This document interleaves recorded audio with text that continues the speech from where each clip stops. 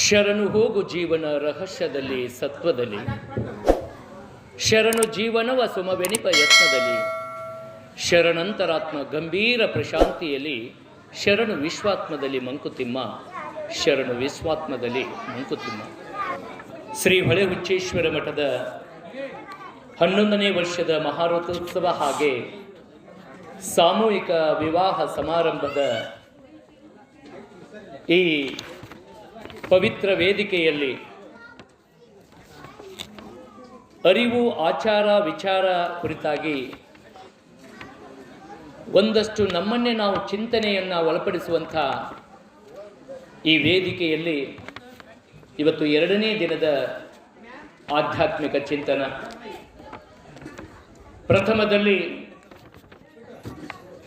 ನಿಮ್ಮೆಲ್ಲರ ಆರಾಧ್ಯ ದೈವ ಶ್ರೀಮನ್ ನಿರಂಜನ ಪ್ರಣವ ಸ್ವರೂಪಿ ಡಾಕ್ಟರ್ ಕೊಟ್ಟೂರು ಮಹಾಸ್ವಾಮಿಗಳು ಕಲ್ಮಠ ಗಂಗಾವತಿಯವರ ಪಾದಕ್ಕೆ ಹಣೆಮಣಿದು, ಹಾಗೆ ಶ್ರೀ ನಿರಂಜನ ಪ್ರಣವ ಸ್ವರೂಪಿ ಹೊಳೆಹುಚ್ಚೇಶ್ವರ ಮಹಾಸ್ವಾಮಿಗಳು ಶ್ರೀ ಹೊಳೆಹುಚ್ಚೇಶ್ವರ ಸಂಸ್ಥಾನ ಮಠ ಕಮತಗಿ ಕೋಟೇಕಲ್ ಕುಟುಕನಕೇರಿ ಪೂಜ್ಯರ ಪಾದಕ್ಕೆ ಹಣೆಮಣಿದು, ಯಾವತ್ತು 2ನೆಯ ದಿನದ ಈ ಒಂದು ಆಧ್ಯಾತ್ಮಿಕ ಚಿಂತನದ ವಿಚಾರಗಳನ್ನು ಆಲಿಸಲಿಕ್ಕೆ ಶ್ರದ್ಧೆಯಿಂದ ಆಗಮಿಸಿದಂಥ ಗ್ರಾಮದ ಎಲ್ಲ ಶರಣೆಯರ ಅಂತರಾತ್ಮದಲ್ಲಿ ಪ್ರಜ್ವಲಿಸುತ್ತಿರುವಂಥ ಆತ್ಮಜ್ಯೋತಿಗೆ ನನ್ನ ಬಾಗಿದ ತಲೆ ಮುಗಿದ ಕೈಗಳ ಮೂಲಕ ಶರಣು ಶರಣಾರ್ಥಿಗಳು.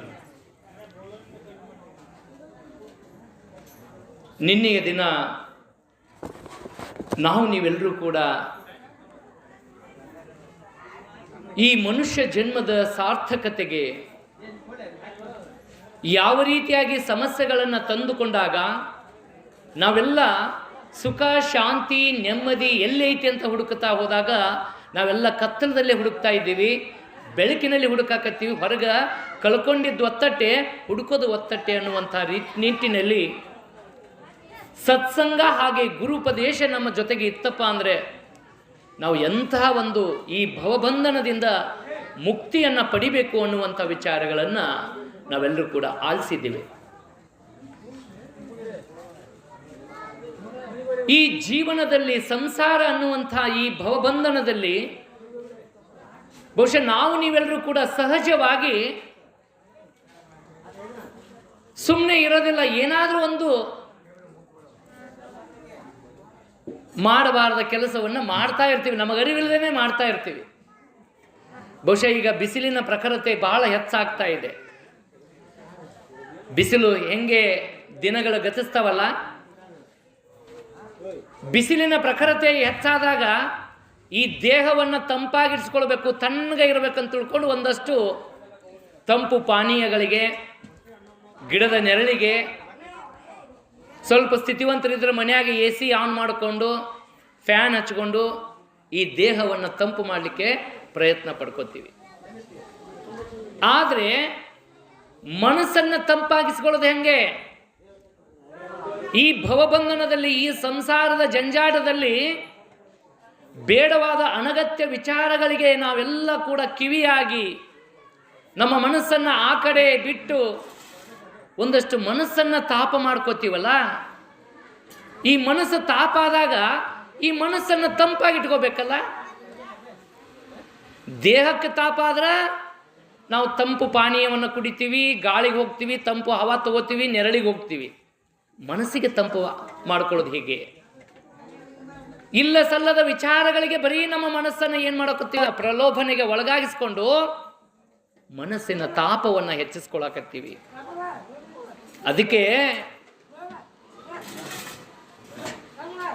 ಅಂಬಿಗರ ಚೌಡಯ್ಯನವರು ಒಂದು ಕಡೆ ಹೇಳ್ತಾರೆ ತಮ್ಮ ಒಂದು ವಚನದಲ್ಲಿ, ಈ ಜೀವನ ಅನ್ನುವಂಥದ್ದು ಬರೀ ಚಿಂತೆಯಲ್ಲೇ ಕೊರಗುವಂಥದ್ದು. ನನಗದು ಇಲ್ಲ, ನನಗಿದು ಇಲ್ಲ, ಬರೀ ಮನಸ್ಸಿಗೆ ತಾಪ ಮಾಡ್ಕೊಳ್ಳೋದು. ಈಗ ನೋಡ್ರಿ, ಮನೆಯಾಗಿರ್ತೀವಿ, ಬರೀ ವಟ ವಟ ವಟ ವಟ ಹಚ್ಚೋದು, ಏನಾರ ಒಟ್ಟು ಕಿರಿಕಿರಿ ಮಾಡ್ಕೊತ ಇದ್ವಿ, ಸ್ವಲ್ಪ ನಾವು ಆಚೆ ಹೋದ ಅಂದ್ರೆ ಅಂತಿರ್ತಾರೆ ಮನ್ಯಾಗ, ಮನೆ ತಣ್ಣಗೈತೆ ನೋಡಿ, ಈಗ ಮನೆ ಶಾಂತ ಐತೆ ನೋಡು, ಏನು ಕಿರಿಕಿರಿಯಪ್ಪ ಅನ್ನೋದಿಲ್ಲ. ಹಂಗೆ ತಣ್ಣಗಿರ್ಬೇಕಾದ್ರೆ ಏನಾರು ಒಟ್ಟು ಇಲ್ಲದ ವಿಚಾರ ಮಾಡ್ಕೋತ ಕುಂತು ಬಿಡೋದು. ಅದಕ್ಕೆ ಹೇಳ್ತಾರೆ ಅಂಬಿಗರ ಚೌಡಯ್ಯನವರು, ಬಡತನಕ್ಕೆ ಉಂಬುವ ಚಿಂತೆ, ಉಂಬುವುದಾದರೆ ಉಡುವ ಚಿಂತೆ, ಉಡುವುದಾದರೆ ಇಡುವ ಚಿಂತೆ, ಇಡುವುದಾದರೆ ಹೆಂಡಿರ ಚಿಂತೆ, ಹೆಂಡಿರಾದರೆ ಮಕ್ಕಳ ಚಿಂತೆ, ಮಕ್ಕಳಾದರೆ ಬದುಕಿನ ಚಿಂತೆ, ಬದುಕಾದರೆ ಕೇಡಿನ ಚಿಂತೆ, ಕೇಡಾದರೆ ಮರಣದ ಚಿಂತೆ. ಇಂತಿ ಹಲವು ಚಿಂತೆಗಳಲ್ಲಿ ಉಳ್ಳವರ ಕಂಡೆ, ಶಿವಚಿಂತನೆಯಲ್ಲಿ ಉಳ್ಳವರನ್ನ ಒಬ್ಬರನ್ನೂ ನಾ ಕಾಣೆ, ನಿಜ ಶರಣ ಅಂಬಿಗರ ಚೌಡಯ್ಯ ಅಂತ ಎಷ್ಟು ಅದ್ಭುತವಾಗಿ ಹೇಳಿದ್ದಾರೆ. ಅದಕ್ಕೆ ಹೇಳ್ತಾರೆ, ಚಿಂತೆ ಮತ್ತು ಚಿತೆಗೆ ಇರುವಂಥ ವ್ಯತ್ಯಾಸ ಚಿಂತೆ ಚಿತೆ. ಚಿಂತೆಯಲ್ಲಿರುವಂಥ ಸೊನ್ನೆ ಹೋತಪ್ಪ ಅಂದ್ರೆ ಏನಾಗತ್ತೆ? ಚಿತೆ ಆಗತ್ತೆ. ಚಿತೆ ಅನ್ನುವಂಥದ್ದು ಈ ಒಂದು ಶರೀರದಲ್ಲಿ ಪ್ರಾಣ ಹೋದ ಮೇಲೆ ಏನು ನಾವು ಶವ ಅಂತ ಕರಿತೀವಿ, ಈ ಶವವನ್ನು ಸುಡುತ್ತೆ ಚಿತೆ. ಆದರೆ ಚಿಂತೆ ಅನ್ನುವಂಥದ್ದು ಪ್ರಾಣ ಇದ್ದಾಗ, ಜೀವಂತವಾಗಿದ್ದಾಗ ನಮ್ಮನ್ನು ಸುಡುವುದು ಯಾವುದಪ್ಪ ಅಂದ್ರೆ ಅದು ಚಿಂತೆ. ಏನು ವನ ಚಿಂತೆ ಮಾಡ್ಕೋತ ಕುಂತು ಬಿಡ್ತೀವಿ, ಮನಸ್ಸನ್ನ ಹಗರು ಮಾಡಿಕೊಂಡು ಶಾಂತವಾಗಿರಕ್ಕೆ ಬಿಡೋದಿಲ್ಲ. ಅದಕ್ಕೆ ನನಗೆ ಬಡತನ ಐತಂದಾಗ, ಬಡತನ ಹೋಗ್ಬೇಕಂದ್ರೆ ಹೊಟ್ಟೆ ಹಸಿವಾದಾಗ ಒಂದಷ್ಟು ಉಣ್ಣಕ್ಕೆ ಸಿಕ್ಕರೆ ಸಾಕು ಅಂತ ತೃಪ್ತಿ ಪಡ್ತೀವಿ. ಬಡತನಕ್ಕೆ ಉಂಬುವ ಚಿಂತೆ, ಉಂಬುವುದಾದರೆ ಉಡುವ ಚಿಂತೆ. ಆತು ಊಟಕ್ಕೇನೋ ಆತು, ಒಂದಿಟ್ಟು ಮೈಗೆ ಬಟ್ಟಿ ಎಂದು ಆಯ್ತು, ಬಟ್ಟೆನೂ ಆಯ್ತು. ಬಡತನಕ್ಕೆ ಉಂಬುವ ಚಿಂತೆ, ಉಂಬುವುದಾದರೆ ಉಡುವ ಚಿಂತೆ, ಉಡುವುದಾದರೆ ಇಡುವ ಚಿಂತೆ. ಎಲ್ಲ ಆಯ್ತು, ಬಟ್ಟೆನೂ ಆಯ್ತು, ಇನ್ನೂ ಬೇಕು ಬೇಕು. ಮತ್ತೆ ಅದರ ಕಡೆ ಮನಸ್ಸು ತಾಪಗಾಗೋದು. ಆಯಿತು, ಅದು ಆಯ್ತು. ಆಮೇಲೆ ಹೆಂಡಿರ ಚಿಂತೆ, ಮದುವೆ ಆಗಬೇಕು, ನಾನು ಒಂದು ಸಂಸಾರವನ್ನು ನಡೆಸಬೇಕು. ಆಯಿತು, ಮದುವೆನೂ ಆಯಿತು, ಮಕ್ಕಳಾಗಲಿ. ಮಕ್ಕಳಾದ ಮೇಲೆ ಅವರ ಭವಿಷ್ಯಕ್ಕಾಗಿ ಮತ್ತೆ ಹೋರಾಟ. ನನ್ನ ಮಕ್ಕಳು ಏನಾಗ್ತಾರೋ, ಮುಂದೆ ಚಲೋ ನೌಕರಿ ತಗೋತಾರೋ ಇಲ್ಲೋ, ಚಂದಾಗ ಜೀವನ ನಡೆಸ್ತಾರೋ ಇಲ್ಲೋ, ಮತ್ತೆ ಆ ಚಿಂತೆ. ಎಲ್ಲ ಚಂದ ಇರ್ತೈತಿ, ಸುಮ್ಮನೆ ತಣ್ಣಗೆ ಇರೋದಿಲ್ಲ. ಮತ್ತೊಂದು ಚಿಂತೆ, ಏನು? ಕೇಡು ಮಾಡೋದು. ಯಾರ ಮನೆ ಮುರಿಬೇಕು, ಯಾರ ಮನಸ್ಸು ಕೆಡಿಸ್ಬೇಕು, ಎಲ್ಲಿ ಕಡ್ಡಿಗೆ ಇರಬೇಕು, ಇಂಥ ಚಿಂತೆ, ಒಣ ಚಿಂತೆವು.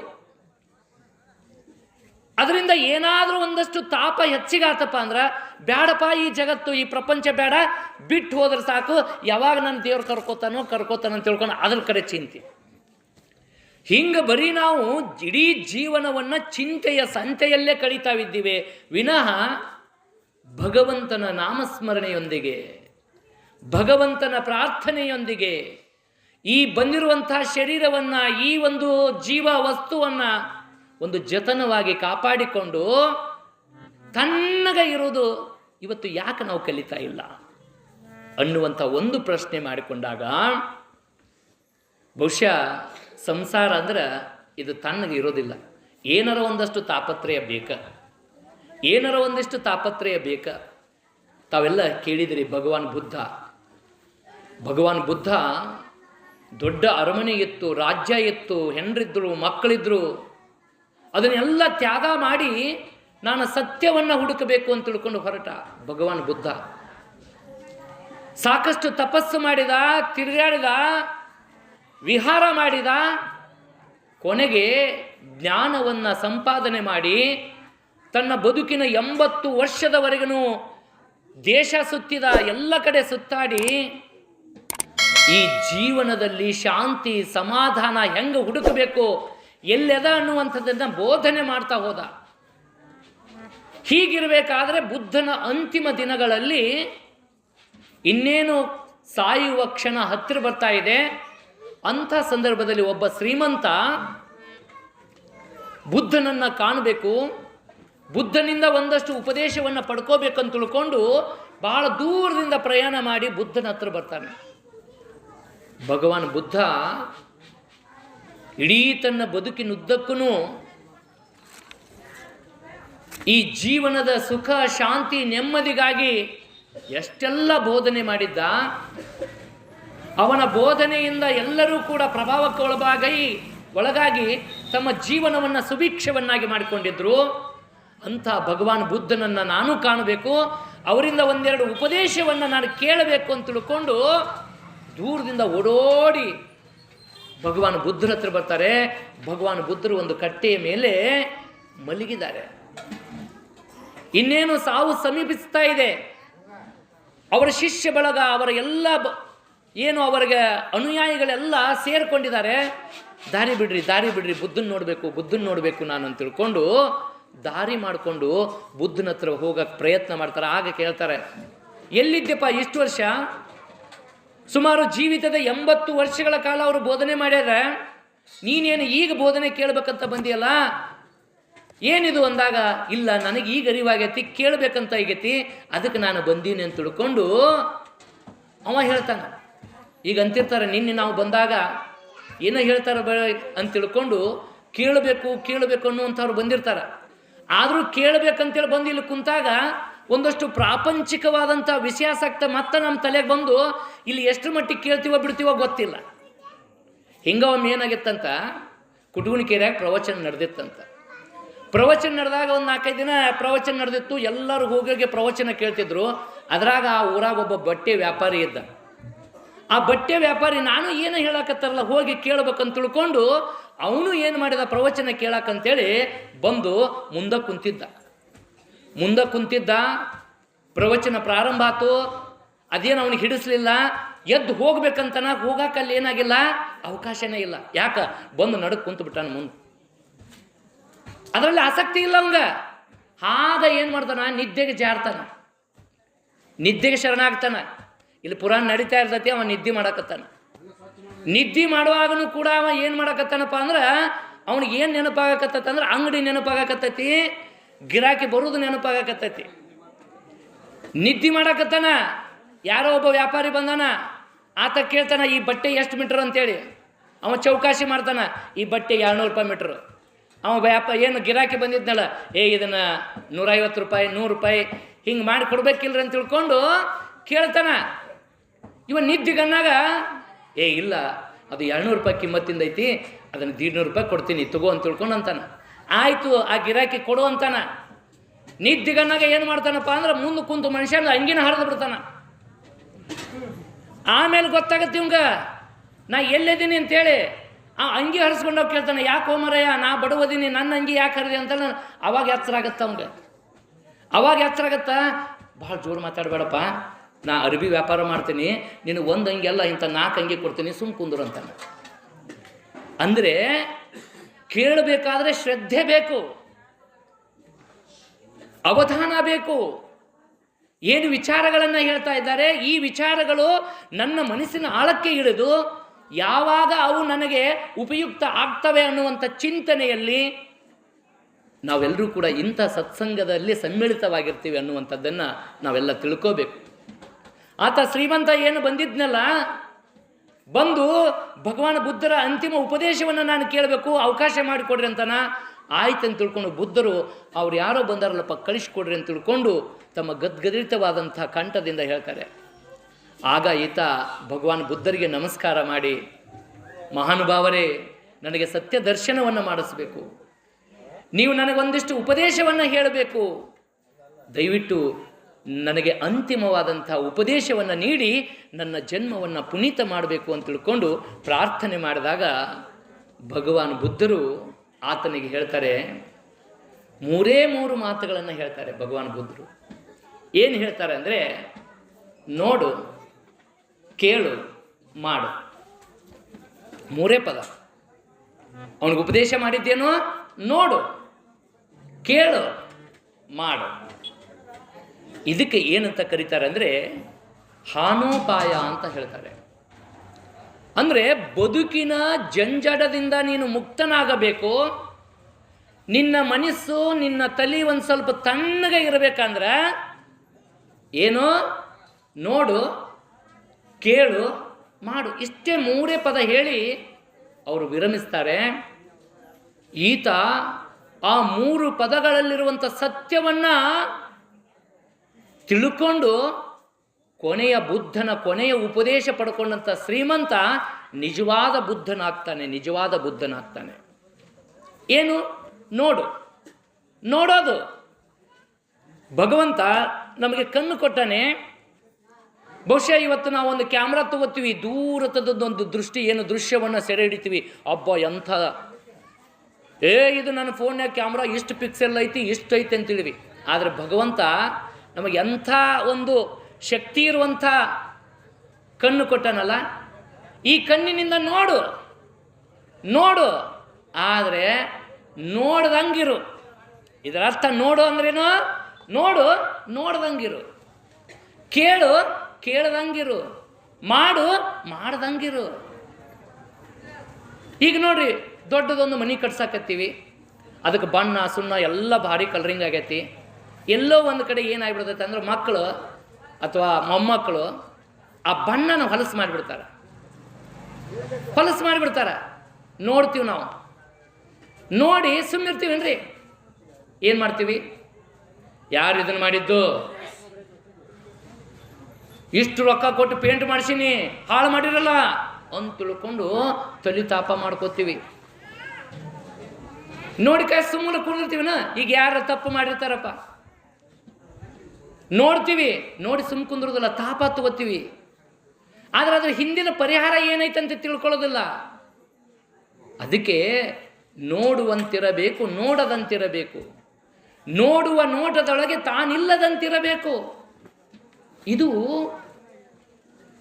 ನಮಗೆ ಮನಸ್ಸಿನ ತಾಪವನ್ನು ಕಡಿಮೆ ಮಾಡುವಂಥದ್ದು.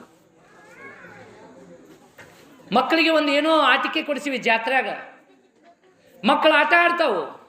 ಅದಕ್ಕೊಂದು 500-1000 ರೂಪಾಯಿ ಕೊಟ್ಟು ತಂದಿರ್ತೀರಿ. 2 ದಿನದಾಗ ಅದನ್ನು ಮುರಿದು ಮೂಲಿಗೆ ಹೋಗ್ತಿರ್ತಾರೆ. ಆಗ ನಾವೇನಿರ್ತೀವಿ, ಅವ್ರಿಗೆ ಮಕ್ಕಳಿಗೆ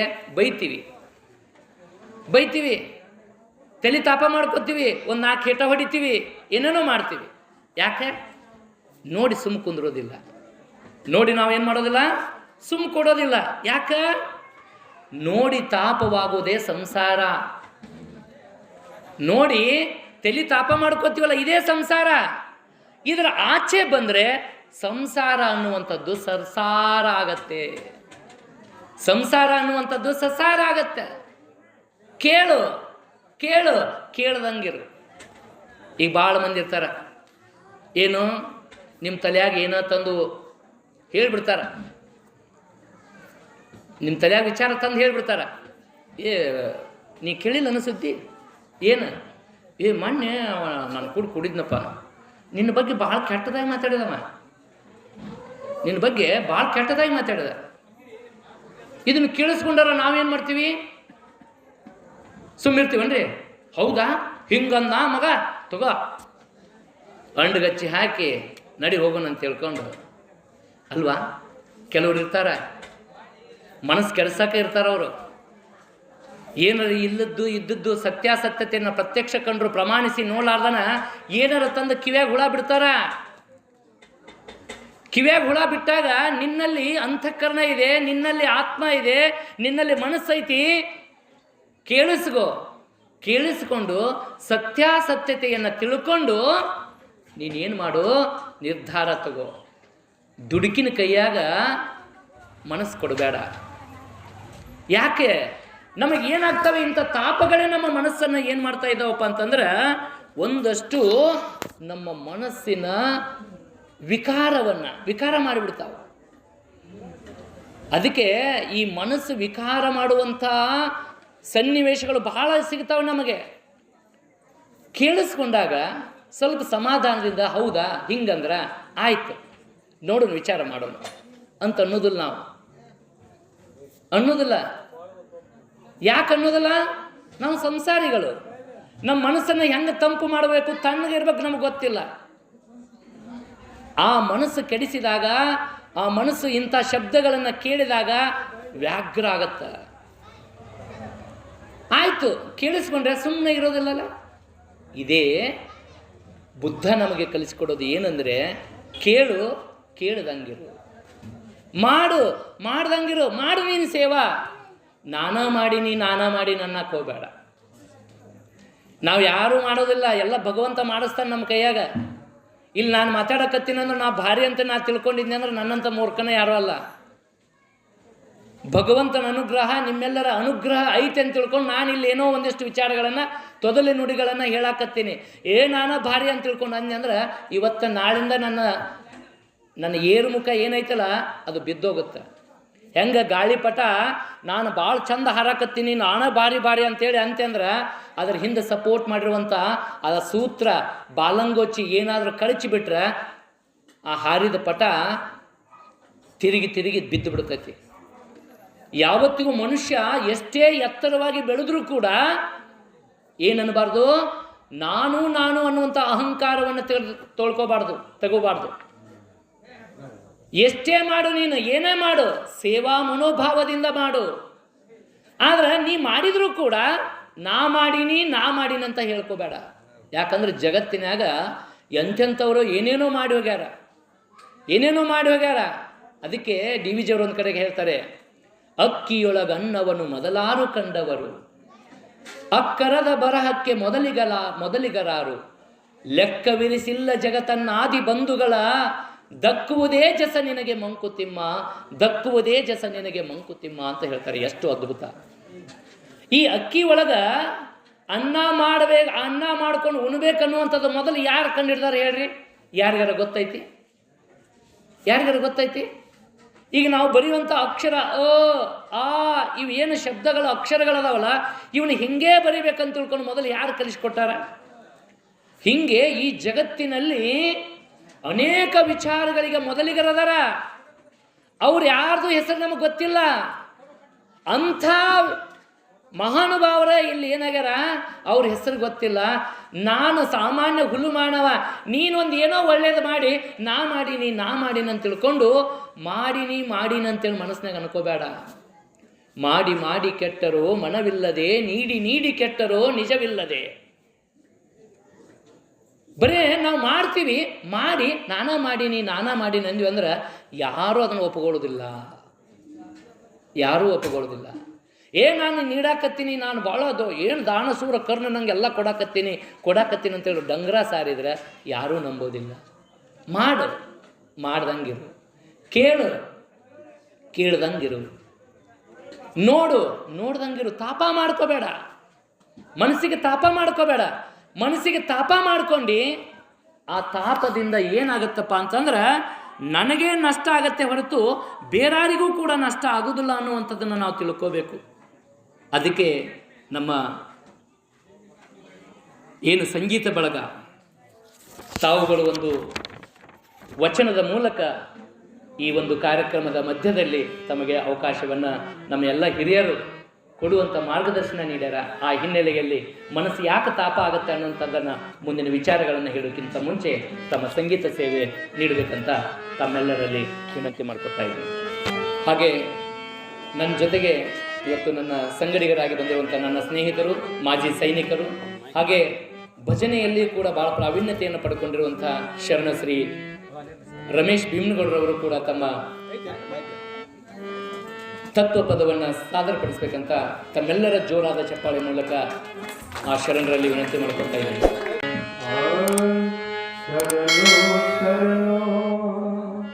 ಶರಣೋ ನಿನಗೆ,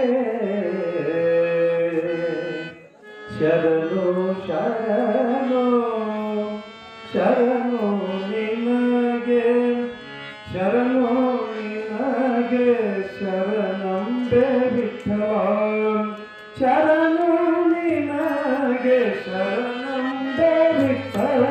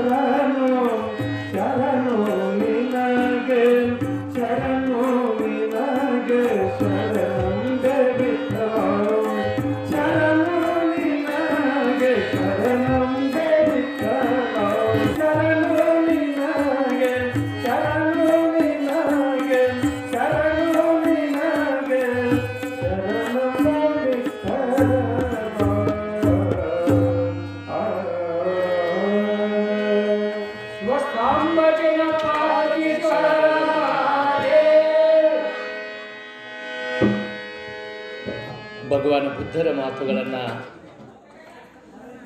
ನೋಡು, ಕೇಳು, ಮಾಡು ಅನ್ನುವಂಥ ವಿಚಾರದಲ್ಲಿ ಈ ಮನಸ್ಸಿಗೆ ತಾಪ ಮಾಡಿಕೊಳ್ಳುವಂಥ, ಈ ಮನಸ್ಸಿಗೆ ತಾಪ ಆದಾಗ ಅದರಿಂದ ಯಾರಿಗೆ ಲಾಭ ಯಾರಿಗೆ ನಷ್ಟ ಅನ್ನುವಂಥದ್ದನ್ನು ನಾವು ತಿಳ್ಕೋಬೇಕು. ಇಲ್ಲದ ವಿಚಾರಗಳಿಗೆ, ಇಲ್ಲದ ದೃಶ್ಯಗಳಿಗೆ ನಾವು ಕಿವಿಯಾಗಿ ಅವನ್ನ ನೋಡಿ ಒಂದಷ್ಟು ಸಮಾಧಾನದಿಂದ ಇದ್ವಿ ಅಂದರೆ ಏನೂ ಆಗೋದಿಲ್ಲ. ದುಡುಕಿ ಬಿಟ್ಟಿವಿ ಅಂದರೆ ಆ ದುಡುಕು ಅನ್ನುವಂಥದ್ದು, ಕೋಪ ಅನ್ನುವಂಥದ್ದು ಐತಲ್ಲ, ಅದು ಏನು ಮಾಡುತ್ತಪ್ಪ ಅಂದರೆ ಅದರಿಂದ ಯಾರಿಗೆ ಲಾಭ ಐತಿ ಯಾರಿಗೆ ನಷ್ಟ ಐತಿ ಅನ್ನುವಂಥದ್ದನ್ನು ತಿಳ್ಕೊಂಡಾಗ ಬಸವಣ್ಣವರು ಒಂದು ಕಡೆ ಹೇಳ್ತಾರೆ, ಬಹಳ ಅದ್ಭುತವಾದಂಥ ವಚನದಲ್ಲಿ ಹೇಳ್ತಾರೆ, ತನಗೆ ಮುನಿವರಿಗೆ ತಾ ಮುನಿಯ ಲೇಖಯ್ಯ, ತನಗಾದ ಆಗೇನು ಅವರಿಗಾದ ಚೇಗೇನು, ತನುವಿನ ಕೋಪ ತನ್ನ ಹಿರಿತನದ ಕೇಡು, ಮನದ ಕೋಪ ತನ್ನರುಹಿನ ಕೇಡು, ಮನೆಯೊಳಗನ ಕಿಚ್ಚು ಮನೆಯ ಸುಟ್ಟಲ್ಲದೆ ನೆರಮನೆಯ ಸುಡುವುದೇ ಕೂಡಲ ಸಂಗಮ ದೇವ, ಮನೆಯೊಳಗನ ಕಿಚ್ಚು ಮನೆಯ ಸುಟ್ಟಲ್ಲದೆ ನೆರಮನೆಯ ಸುಡುವುದೇ ಕೂಡಲ ಸಂಗಮ ದೇವ ಅನ್ನುವಂಥ ಈ ವಚನದ ಸಾರ ನಾವು ಸಂಕ್ಷಿಪ್ತವಾಗಿ ತಿಳ್ಕೊಳ್ಳೋದಾದರೆ ನಾವು ಏನು ಮಾಡ್ತೀವಪ್ಪ ಅಂದರೆ ಇಲ್ಲ ಸಲ್ಲದ ವಿಚಾರಗಳಿಗೆ ಕಿವಿಯಾಗಿ ನಮ್ಮ ಮನಸ್ಸನ್ನು ತಾಪ ಮಾಡ್ಕೋತೀವಿ. ಹೆಂಗಂದ್ರೆ ಒಮ್ಮೆ ಆನೆ ಅದೇ ತಾನೇ ನದಿಯಲ್ಲಿಳಿದು ಸ್ನಾನ ಮಾಡಿಕೊಂಡು ಹೋಗ್ತಾ ಇರುತ್ತೆ. ಒಂದು ಹಂದಿ ಏನು ಮಾಡುತ್ತಪ್ಪ ಅಂದರೆ ಎಲ್ಲೋ ಗಟಾರದಲ್ಲಿ ಬಿದ್ದಂಥ ಹಂದಿ ಅದರ ಎದುರಿಗೆ ಬರ್ತೈತಿ, ಆನೆ ಎದುರಿಗೆ. ಆನೆ ಎದುರಿಗೆ ಬಂದಾಗ ನಮಗೆ ಗೊತ್ತಾಗತ್ತ ಹಂದಿ ಆನೆ ಇವೆರಡರ ವ್ಯತ್ಯಾಸ ನೋಡಿದಾಗ ಬಲಿಷ್ಠ ಯಾವುದಿಲ್ಲಿ? ಆನೆ ಬಲಿಷ್ಠ ಪ್ರಾಣಿ, ಹಂದಿ ಅದಕ್ಕೆ ಭಾಳ ಒಂದು ಸಣ್ಣ ಪ್ರಾಣಿ. ಆದ್ರೆ ಅದು ಎಲ್ಲೋ ಒಂದು ಗಟಾರದಲ್ಲಿ ಒದ್ದಾಡಿ ಬಿದ್ದಾಡಿ ಆನೆ ಎದುರಿಗೆ ಬರ್ತೈತಿ. ಆ ಆನೆ ಸೂಕ್ಷ್ಮಮತಿ. ಆವಾಗ ಏನು ಮಾಡುತ್ತಾ ಆನೆ ಆ ಹಂದಿ ಬರೋದು ನೋಡಿ ದಾರಿ ಕೊಡ್ತೈತಿ. ದಾರಿ ಕೊಟ್ಟು ಸ್ವಲ್ಪ ಸರಿದು ಬಿಡ್ತೈತಿ.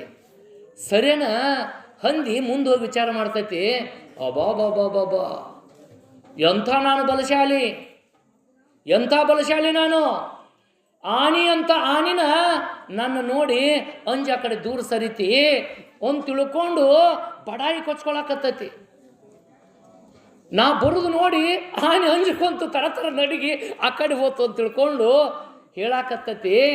ಇದನ್ನು ಇನ್ನೊಂದು ಆನೆ ಕೇಳಿಸ್ಕೊಳಕತ್ತೈತಿ. ಕೇಳಿಸ್ಕೊಂಡು ಏನು ಮಾಡ್ತಿ? ಎಲ್ಲ ನೀನ ಒಂದು ಸಣ್ಣ ಪ್ರಾಣಿ ಹಂದಿ ಆನೆ ಬರುವಾಗ ಆನೆ ಸೈಡ್ ಸರ್ದಿದ್ದಕ್ಕೆ ನಾನು ಬಾರಿ ಅಂತ ತಿಳ್ಕೊಂಡು ಮಾತಾಡಕತ್ತಲ್ಲ ಅಂತ ತಿಳ್ಕೊಂಡು ಈ ವಿಚಾರವನ್ನ ಆನೆಗೆ ಹೋಗಿ ಹೇಳಕ್ಕ. ಏನು ಆನೆ ಸರ್ದಿತ್ತಲ್ಲ ಸೈಡ್, ಆ ಆನೆಗೆ ಹೋಗಿ ಹೇಳಿದಾಗ ಆ ಆನೆ ಅಂತೈತಿ ಕೇಳಿಸ್ಕೊಂಡು ಆ ಹಂದಿ ಕೂಡ ಜಗಳಕ್ಕೆ ಹೋಗೋದಿಲ್ಲ. ಅದು ಅಂತೈತಿ ಯಾಕಂದ್ರೆ ಅನ್ವಾಲ್ನಾಕ್ ಬಿಡು, ಕೇಳಿದ್ರು ಕೇಳ್ದಂಗಿರೋಣ. ಯಾಕ? ನಾನು ಸರಿದಿರುವಂಥ ಉದ್ದೇಶ ಏನು? ನಾನೇನಾದ್ರೂ ಅದ್ರ ಇದ್ರ ಹೋದಿದ್ದೆ ಅಂದ್ರೆ ಏನು ಹಕ್ಕಿತ್ತು? ಅದರ ಕಲ್ಮಶ, ಅದರ ಹೊಲಸು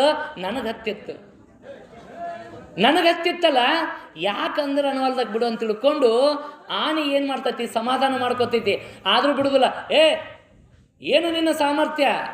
ನೀನು ಬರೇ ಒಂದು ಸಂಡಿಲೆ ಹಿಂಗೆ ಹಿಡ್ಕೊಂಡು ಹಿಂಗೆ ಒಗಿಬಗೋದದ ನಂದಾಗ ಆನೆ ಹೇಳುತ್ತಾ, ಬೇಡ, ದುಷ್ಟರು ಕಂಡು ದೂರ ಇರುನು, ಅಸಹ್ಯವಾಗಿರುವವ್ರ ಕಂಡ ಅವ್ರ ಹತ್ರ ನಾವು ಹೋಗಿ ಅಸಹ್ಯ ಆಗೋದು ಬೇಡ, ಹೊಲಸಿದ್ದವ್ರು ಕೂಡ ನಾವು ಹೊಲಸಾಗೋದು ಬೇಡ. ಯಾಕಂದ್ರೆ ಅನ್ನೋಲ್ದಕ್ಕಲ್ಲ ಅದ ದೊಡ್ಡದಾಗಲಾಳ ಅಂತ ತಿಳ್ಕೊಂಡು ಸಮಾಧಾನ ಮಾಡ್ಕೋತೀವಲ್ಲ. ಕೇಳಿದ್ರು ಕೇಳಿಸ್ಕೊಳ್ಳೋದಕ್ಕೆ ಸಮಾಧಾನ ಮಾಡ್ಕೋತಿಲ್ಲ. ಹಿಂಗೆ ನಮ್ಮ ಜೀವನದಲ್ಲಿ ಒಂದಷ್ಟು ತಾಪಗಳು ಬಂದಾಗ ಸಮಾಧಾನ ಮಾಡ್ಕೋಬೇಕು. ಮನ್ಯಾಗ ಹೆಣ್ಮಕ್ಳು ನಾವು ಕುಂತಿರ್ತೀವಿ ಆರಾಮ್, ಒಲಿ ಮೇಲೆ ಏನಾಗಿರ್ತೈತಿ? ಹಾಲು ಇಟ್ಟಿರ್ತಾರೆ, ಹಾಲು ಕಾಸಾಕಿಟ್ಟಿರ್ತಾರೆ, ಮತ್ತೊಂದು ಕೆಲಸದಾಗ ತೊಡಗಿರ್ತಾರೆ. ನಾವು ಆರಾಮ್ ಕುಂತಿರ್ತೀವಿ, ಏನೋ ಒಂದು ಸ್ವಲ್ಪ ಏನೋ ಬೇಕಂತ ತಿಳ್ಕೊಂಡು ಅಡುಗೆ ಮನೆ ಹೋದಾಗ ಹಾಲು ಉಕ್ಕಿ ಚೆಲ್ತಿರ್ತೈತಿ. ಆವಾಗ ನಮ್ಮ ಪ್ರತಿಕ್ರಿಯೆ ಹೆಂಗಿರ್ತೈತಿ ರೀ? ಹೆಂಗಿರ್ತೈತಿ? ಏನು ಮಾಡಾಕತ್ತೀರಿ ನೀವು? ಹಾಲು ಇಟ್ಟಿರಿ, ಮತ್ತೊಂದು ಏನೋ ಮಾಡಾಕತ್ತೀರಿ, ನಿಮಗೆ ಒಟ್ಟರ ಒಂದು ಲೀಟ್ರ್ ಪ್ರಜ್ಞೆ ಐತೇನ? ನೋಡಲ್ಲಿ ಹಾಲೆಲ್ಲ ಉಕ್ಕಿ ಚೆಲ್ಲಿ ಹೋದು ನೋಡಂತ ತಿಳ್ಕೊಂಡು ಒದರಾಡಕ್ಕೆ ಚಾಲು ಮಾಡಿಬಿಡ್ತೀವಿ. ಮನಸ್ಸಿಗೆ ತಾಪ ಮಾಡ್ಕೋತೀವಿ. ಹಾಗೆ ಹೋಗೈತಿ, ಸುಟ್ಟು ಚೆಲ್ಲೇ ಬಿಟ್ಟಾವ, ಎಲ್ಲ ಹಾಲು ಸುಟ್ಟು ಹೋಗ್ಯಾವ, ಚೆಲ್ಯಾವು. ಏನು ಮಾಡೋದೈತಿ? ಮುಗಿದು ಹೋದ ಮೇಲೇನೂ ನಾವು ಏನು ಮಾಡ್ತೀವಿ ಅಂದ್ರೆ ಮತ್ತೆ ನೆನಪಿಸ್ಕೋತೀವಿ. ಈಗ ಯಾರೋ ಒಬ್ಬರ ಮೇಲೆ ನಮ್ಮ ದ್ವೇಷ ಭಾವ ಇರ್ತೈತಲ್ಲ, ಆ ದ್ವೇಷ ಭಾವನೆಯನ್ನು ಹಾಗೆ ನೆನಪಿಸ್ಕೊಂಡು ಅವ್ರು ಇದ್ರಿ ಬಂದ್ರೆ ಸಾಕು ಮತ್ತೂ ಏನದು ಏನು ಮಾಡಲಿ ಅನ್ನೋ ಹಂಗೆ ಮಾಡ್ಕೊಂಡ್ಬಿಡ್ತೀವಲ್ಲ, ತಾಪಕ್ಕೆ ಒಳಗಾಗ್ತೀವಲ್ಲ. ಯಾಕೆ ಬೇಕು ಆ ದ್ವೇಷ ಭಾವನೆ? ಇರ್ಬೋದು ಮತ್ತೊಬ್ಬರನ್ನ ನೋಡಿ ಮರುಗೋದೈತಲ್ಲ, ಯಾರೋ ಒಬ್ರು ಕಾರ್ ತೊಗೊಂಬಂದಿರ್ತಾರೆ, ಅವರು ಕಾರ್ ತೊಗೊಂಬಂದಾರ ಸುಮ್ಮ ಕುಂದಿರೋದಿಲ್ಲ, 4 ಮಂದಿ ತೋರಿಸ್ತಾರೆ. ಅವರು ತೋರಿಸಿದಾಗ ನಾವು ನೋಡ್ತೀವಲ್ಲ, ಸುಮ್ಮ ಇರೋದಿಲ್ಲ ನಾವು. ಈ ಕಾರಿಗೆ ಒಂದು ಸ್ವಲ್ಪ ಏನೋ ಅಷ್ಟು ಬಣ್ಣ ಚೇಂಜ್ ಆಗಿದ್ರೆ ಚಲೋ ಇತ್ತು ನೋಡು ಅನ್ನೋದು.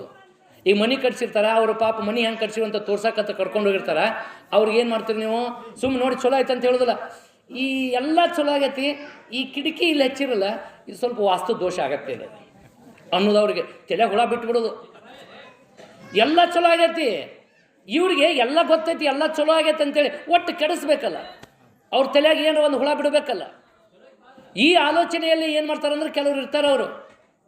ಅವಾಗ ನಮ್ಮ ವಿವೇಚನೆಯೂ ಕೂಡ ಜಾಗೃತ ಆಗಬೇಕು. ಆತ ಅವ್ರು ಹೇಳ್ಯಾರಲ್ಲ, ಸ್ವಲ್ಪ ಸಮಾಧಾನದಿಂದ ಕೇಳಿಸ್ಕೊಂಡು ಅದರ ಸತ್ಯಾಸತ್ಯತೆಯನ್ನು ತಿಳ್ಕೊಂಡು ಅದೇನಾರ ಅವ್ರು ಹೇಳಿದ್ದು ಒಳ್ಳೆಯದಕ್ಕೆ ಇತ್ತಂದ್ರೆ ಅದನ್ನು ನಾವೇನು ಮಾಡೋಣ? ಪಾಲನೆ ಮಾಡೋಣ. ಅವ್ರು ಹೇಳಿರುವಂಥ ವಿಚಾರ ಅದನ್ನು ಹೆಂಗೆ? ಸಮಾಧಾನದಿಂದ, ಶಾಂತಿಯಿಂದ. ಇವತ್ತು ನೀವೆಲ್ಲ ಇಲ್ಲಿ ರೈತಾಪಿ ವರ್ಗ ಇದ್ದೀರಿ, ಸಾಕಷ್ಟು ಭೂಮಿಯನ್ನು ಉಳುಮೆ ಮಾಡ್ತಾ ಇದ್ದೀರಿ, ಬಿತ್ತಾ ಇದ್ದೀರಿ, ಬೆಳೀತಾ ಇದ್ದೀರಿ. ಸಾಕಷ್ಟು ಕೃಷಿಯಲ್ಲಿ ತೊಡಗಿದಂಥ ರೈತಾಪಿ ವರ್ಗ ಇರುವಂಥದ್ದೇ ಹೆಚ್ಚಿಲ್ಲಿ.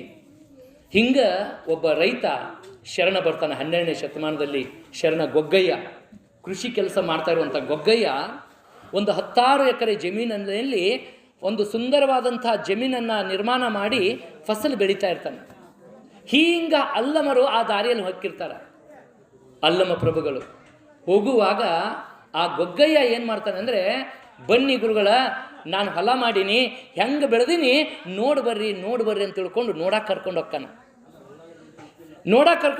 ಅಷ್ಟ ಅನ್ನೋದಲ್ಲ, ಗೊಗ್ಗಯ್ಯ ಹೇಳ್ತಾನೆ, ನೀವು ಹಿಂಗೆ ಹೊಲ ಮಾಡಬೇಕಲ್ರಿ, ಹೊಲ ಮಾಡಿ ಒಂದಿಷ್ಟು ಏನಾರ ಬಿತ್ತಿ ಬೆಳೆದು ಜೀವನ ಕಟ್ಕೋಬೇಕಲ್ಲ, ಏನಿದು ಸಮಸ್ಯೆ, ಏನೋ ಅಲ್ದಾಡ್ಕೊಂತ ಹಿಂಗೆ ಹೋಗ್ತಿರಲ್ಲ ಅಂತ ಅಂದಾಗ ಅಲ್ಲಮ ಪ್ರಭು ಹೇಳ್ತಾರೆ, ಗೊಗ್ಗಯ್ಯ ನೀನು ಹೊಲ ಮಾಡಿ ಕೃಷಿ ಮಾಡಾಕತ್ತಿ, ನಾನು ಒಂದು ಹೊಲ ಮಾಡೀನಿ, ನಾನು ಕೃಷಿ ಮಾಡಾಕತ್ತೀನಿ, ನೋಡ್ತೀನಿ ನನ್ನ ಹೊಲ ಹೆಂಗೈತಿ ಅಂತ ಕೇಳ್ತಾನೆ ಅಲ್ಲಮ ಪ್ರಭು ಗೊಗ್ಗಯ್ಯನಿಗೆ.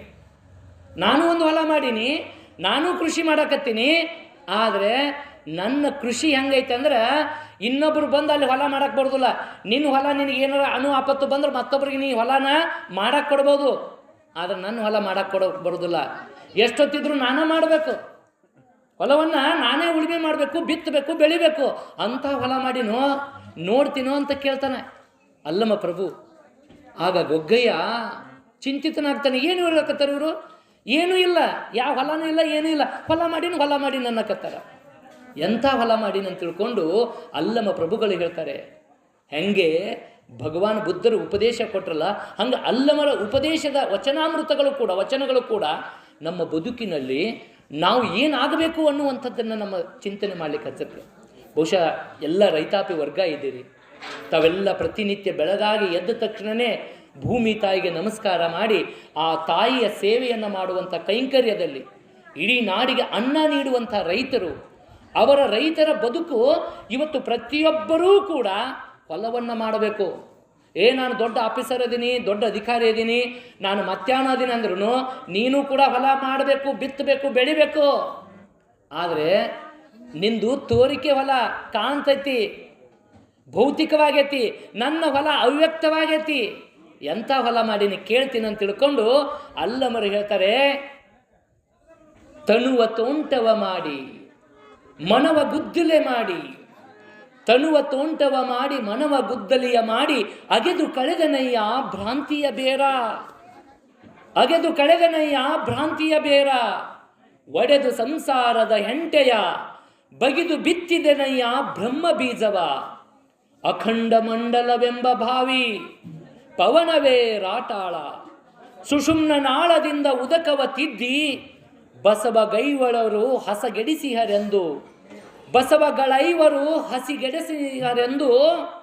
ಸಮತೆ ಸೈರನೆಯ ಬೇಲಿಯ ನಿಕ್ಕಿ, ಆವಾಗಲೂ ಈ ತೋಂಟದಲ್ಲಿ ಜಾಗರವಿದ್ದು ಸಸಿಯ ಸಲುಹಿದೆನು ಕಾಣ ಗುಹೇಶ್ವರ.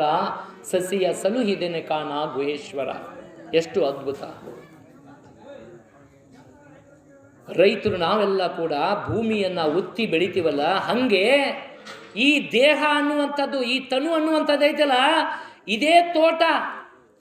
ತನುವ ತೋಂಟವ ಮಾಡಿ ಈ ಮನವೆಂಬಂಥದ್ದನ್ನು ಗುದ್ದಲಿ ಮಾಡಿ. ನೋಡ್ರಿ, ರೈತರಿಗೆ ಬೇಕಾಗಿರುವಂಥದ್ದು ಭೂಮಿ ಹಸನಾಗಬೇಕಾತಂದ್ರೆ ಗುದ್ದಲಿ ಅನ್ನುವಂಥದ್ದು ಬೇಕಲ್ಲ. ಇಲ್ಲಿ ಗುದ್ದಲಿ ಅಂದರೆ ಮನಸ್ಸು, ಇಚ್ಛಾ, ಸಂಕಲ್ಪ. ಈಗ ಒಬ್ಬ ರೈತ 1 ಎಕರೆ ಹೊಲದಲ್ಲಿ ಬೇರೆ ರೈತ 1 ಎಕರೆ ಹೊಲದಲ್ಲಿ ಬೆಳಿಬೇಕಾದಂಥ ಬೆಳೆಗಿಂತ ಜಾಸ್ತಿ ಬೆಳೆದಾನಂದ್ರೆ ಈತ ಏನೋ ಒಂದಷ್ಟು ಹೆಚ್ಚಿನ ಶ್ರಮ ಪಟ್ಟಾನ, ಏನೋ ಒಂದಷ್ಟು ಕೌಶಲ್ಯವನ್ನು ಅಲ್ಲಿ ತೋರ್ಸ್ಯಾನ. ಹಾಗಾಗಿ ಅಕ್ಕಪಕ್ಕದಲ್ಲಿ ಇರುವಂಥ ಅಷ್ಟೇ ಕ್ಷೇತ್ರದ ಹೊಲದಲ್ಲಿ ಬೆಳೆ ಬರೋದ್ರಲ್ಲಿ ವ್ಯತ್ಯಾಸ ಆಗುತ್ತಲ್ಲ. ಯಾಕೆ ಹೆಚ್ಚಿಗೆ ಆಗೈತಂದರೆ ಅಲ್ಲಿ ಆತ ಏನೇನು ಪ್ರಯತ್ನ ಮಾಡ್ಯಾನ, ಏನೆಲ್ಲ ಅವನ ಸ್ಕಿಲ್ಲನ್ನು, ಕೌಶಲ್ಯವನ್ನು ಬಳಸ್ಕೊಂಡಾನ ಅನ್ನುವಂಥದ್ದು ನಮಗೆಲ್ಲರಿಗೂ ಕೂಡ ಅರಿವಾಗತ್ತೆ. ಹಾಗೆ ಅಲ್ಲಮರು ಹೇಳ್ತಾ ಇದ್ದಾರೆ, ನನ್ನ ತೋಟ ಏನಪ್ಪ ಅಂದರೆ ಈ ದೇಹನೇ ತೋಟ, ಈ ಮನಸ್ಸಿನಲ್ಲಿರುವಂಥ ಗುದ್ದಲಿ ಎನ್ನುವಂಥದ್ದು ಏನೈತಲ್ಲ ಮನಸ್ಸು, ಇದು ಇಚ್ಛಾಶಕ್ತಿ, ಸಂಕಲ್ಪ. ನಾನು ಒಳ್ಳೆಯದನ್ನು ಮಾಡಬೇಕಂದ್ರೆ ಒಳ್ಳೆಯದನ್ನು ಮಾಡೋವಂಥದ್ದು, ಯಾವುದೇ ಕೆಟ್ಟ ವಿಚಾರಗಳು ಇಲ್ಲಿ ಬರದಂಗೆ ಈ ಮನಸ್ಸೆಂಬ ಗುದ್ದಲಿಯನ್ನು ಬಳಸಿಕೊಂಡು ಅಗೆದು ಕಳೆದನಯ್ಯ ಭ್ರಾಂತಿಯ ಬೇರ. ಈಗ ಒಂದು ಹೊಲವನ್ನು ಬಿತ್ತಬೇಕಾದ್ರೆ ಮೊದಲಲ್ಲಿ ಒಂದಿಷ್ಟು ಬೇಡವಾದಂಥ ಕಳೆ ಇರ್ತೈತಿ, ಕಸ ಇರ್ತೈತಿ. ಕಸ ಇರೋದಿಲ್ರಿ. ಈಗ ಹರಗುತ್ತೀವಿ, ಹರಗಿದಾಗ ಮೇಲಿಂದ ಮಾತ್ರ ಕಸ ಹೊಕ್ಕತಿ. ಈಗ ಕರಿಕೆ ಅಂತ ಬೆಳೆದಿರ್ತೈತಿ. ಇವತ್ತಿನ ಕಾಲದಾಗ ಬಹುಶಃ ನಮ್ಮ ರೈತರ ಕೆಲಸನೂ ಕೂಡ ಭಾಳ ಹಗರಾಗೈತಿ. ನಾವೆಲ್ಲ ಸಣ್ಣವರಿದ್ದಾಗ ನೋಡ್ತಿದ್ವಿ, ಬೆಳಿಗ್ಗೆ ಎದ್ದ ತಕ್ಷಣ ಗುದ್ಲಿ ತಗೊಂಡು ಹೋಗಿ ನಟ್ಟು ಕಡಿತಿದ್ರು. ನಟ್ಟು ಯಾಕೆ ಕಡಿತಿದ್ರಪ್ಪ ಅಂತಂದ್ರೆ ಅಲ್ಲಿರುವಂಥ ಕರಿಕೆ ಅಂತೀವಲ್ಲ, ಅದು ಏನಾಗಿರ್ತೈತಿ, ಆಳವಾಗಿ ಬೇರೆ ಇರ್ತೈತಿ.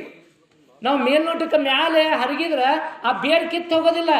ಯಾವಾಗ ಅದನ್ನು ಗುದ್ದಲಿ ತಗೊಂಡು ನಟ್ಟು ಕಡ್ದಾಗ ಬೇರು ಸಮೇತ ಅದನ್ನು ಕಿತ್ತೊಗಿತೀವಲ್ಲ, ಯಾವಾಗ ನಾವು ಬೇರು ಸಮೇತ ಬೇಡವಾದದ್ದನ್ನು ಕಿತ್ತೊಗಿತೀವಲ್ಲ, ಆವಾಗ ಭೂಮಿ ಹಸನಾಗತ್ತಲ್ಲ. ಹಂಗೆ ಈ ಮನಸ್ಸಿನಲ್ಲಿ ರಾಗದ್ವೇಷಗಳದಾವು, ಅರಿಷಡ್ವರ್ಗಗಳದಾವು. ಕಾಮ, ಕ್ರೋಧ, ಲೋಭ, ಮೋಹ, ಮದ, ಮತ್ಸರ ಎಂಬಂಥ ಈ ಅರಿಷಡ್ವರ್ಗಗಳು, ಅಷ್ಟಮದಗಳು, ಇವು ಎಲ್ಲ ಏನಾಗ್ಯಾವು, ಬೇರೂರಿ ಬಿಟ್ಟವು ಮನಸ್ಸಿನಲ್ಲಿ, ಬೇರೂರ್ಯಾವು. ಈ ಬೇರೂರಿರುವಂಥ ಈ ಎಲ್ಲ ನಮ್ಮ ಮನಸ್ಸನ್ನು ಹಾಳು ಮಾಡುವಂಥ, ಮನಸ್ಸನ್ನು ತಾಪ ಮಾಡಿಕೊಳ್ಳುವಂಥ ಇಂಥ ಬೇರುಗಳನ್ನು ಈ ಮನವೆಂಬ ಗುದ್ದಲಿಯಿಂದ ಅಗೆದು ಕಳೆದನಯ್ಯ ಭ್ರಾಂತಿಯ ಬೇರ. ನಮಗೆಲ್ಲ ಒಂದು ಭ್ರಾಂತಿ ಹೊಕ್ಕೊಂಡ್ಬಿಟ್ಟೈತಿ. ಮಕ್ಕಳಿಗೆ ನಾವೇನು ಮಾಡ್ತೀವಿ, ಸಣ್ಣರಿದ್ದಾಗ ಭ್ರಾಂತಿ ತುಂಬ್ತೀವಿ. ಹೆಂಗೆ, ರಾತ್ರಿ ಎಲ್ಲರೋ ಮಗು ಎದ್ದು ಅಡ್ಡಾಡಕ್ಕೆ ಹೋಗ್ತೆ ಅಂದ್ರೆ, ಹೋಗಬೇಡ, ಅಲ್ಲಿ ಏನೈತಿ, ದೆವ್ವ ಐತಿ ಒಂದು ತಿಳ್ಕೊಂಡು ಒಂದು ಭ್ರಾಂತಿ ಬಿತ್ತು ಬಿಡ್ತೀವಿ ಅವರಿಗೆ. ಬಿಡೋಣ ಅವ್ರು ಏನು ಮಾಡ್ತಾರೆ, ಭಯ ಕೊಡ್ತಾರೆ. ಹಂಗೆ ನಮಗೇನು ಮಾಡ್ತಾರಪ್ಪ ಅಂದ್ರೆ ಕೆಲವೊಂದಿಷ್ಟು ಬಾಯ ಪ್ರಚೋದನೆಗಳು ಏನು ಮಾಡ್ತಾವಪ್ಪ ಅಂದ್ರೆ ನಮ್ಮಲ್ಲಿ ಭ್ರಾಂತಿಯನ್ನು ಬಿತ್ತವು. ಆಗಲೇ ಹೇಳಿದ್ನಲ್ಲ, ಮನೆ ಎಲ್ಲ ಚಂದಾಗ ಕಟ್ಸೀವಿ, ಎಲ್ಲ ಮಾಡೀವಿ. ಯಾರೋ ಒಬ್ರು ಬಂದು ಇದು ಹಂಗೈತಿ, ಇದು ಹಿಂಗೈತಿ ಅಂತ ಹೇಳಿ ಒಂದು ಸ್ವಲ್ಪ ಕೆಡಿಸ್ಬಿಡೋದಲ್ಲ, ಕೆಡಿಸ್ತಾರಲ್ಲ.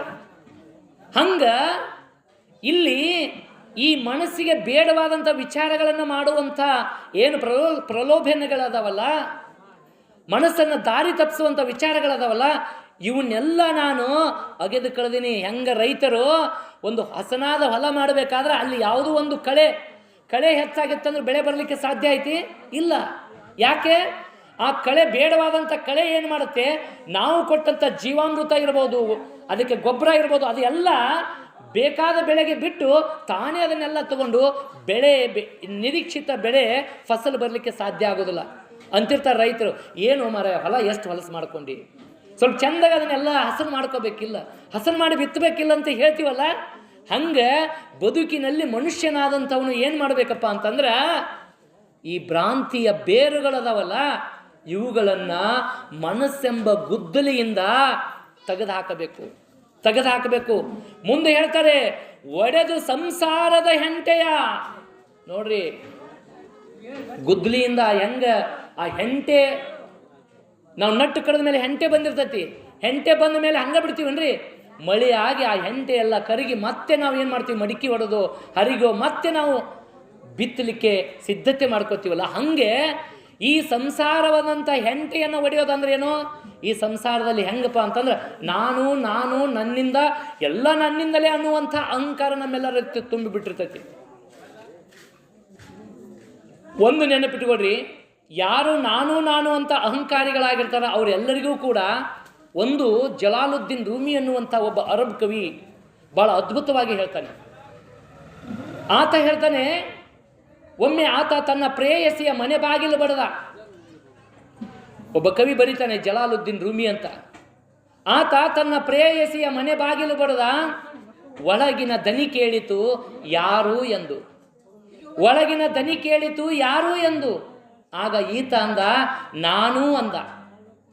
ಈತ ನಾನು ಅಂದ.